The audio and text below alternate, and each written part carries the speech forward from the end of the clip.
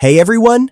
We're diving into a phrase you've probably heard, or maybe even used yourself, splitting hairs. What does it actually mean? Why do we do it? And when is it useful versus just plain annoying? Let's unpack it. So, what exactly does it mean to split hairs? Basically, it's when someone focuses on incredibly tiny, often insignificant distinctions in an argument or discussion, rather than addressing the main point. Think of it as being overly meticulous or nitpicky to an extreme degree. You are not just looking at the hair, you are trying to divide it into individual strands. Let me give you a couple of common scenarios. Imagine you are talking with a friend about a recent movie. You say, "That movie was fantastic.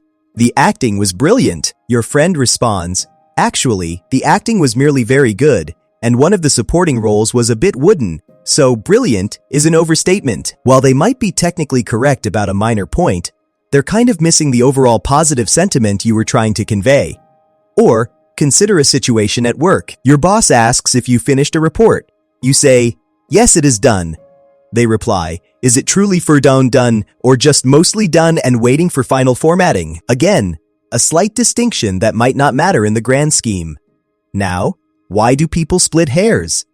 Sometimes, it comes from a genuine desire for precision. They might be very detail-oriented and feel uncomfortable with generalizations or approximations. Other times, it can be a tactic to avoid the main argument, to deflect, or even to try and win a debate by finding a tiny flaw in an opponent's phrasing. In some cases, it's simply a habit of thinking, a natural inclination to dissect language and concepts. But here's the important question. When is splitting hairs actually useful? And when is it just unproductive?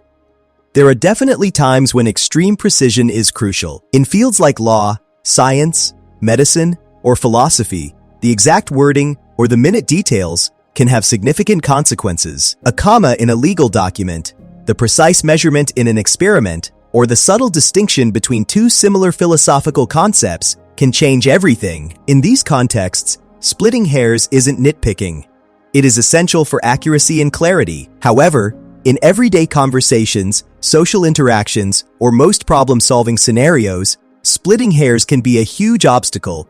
It can derail discussions, frustrate others, and prevent progress. If you are trying to decide what to have for dinner, debating whether a tomato is a fruit or a vegetable isn't helping you order pizza. If you are arguing with your partner about who left the light on, focusing on whether it was left on for 5 minutes or 7 minutes probably isn't going to resolve the underlying issue. It can make you seem pedantic or uncooperative, rather than thoughtful. So the next time you hear someone splitting hairs, or you feel the urge to do it yourself, take a moment to consider the context. Is this a situation where precision truly matters?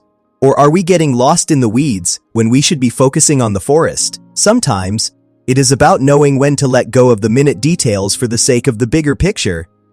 Have you ever been accused of splitting hairs? Or have you found yourself doing it when maybe you shouldn't have? Let me know your thoughts and experiences in the comments below. If you enjoyed this video, give it a thumbs up and subscribe for more discussions like this. Thanks for watching, and I'll see you in the next one.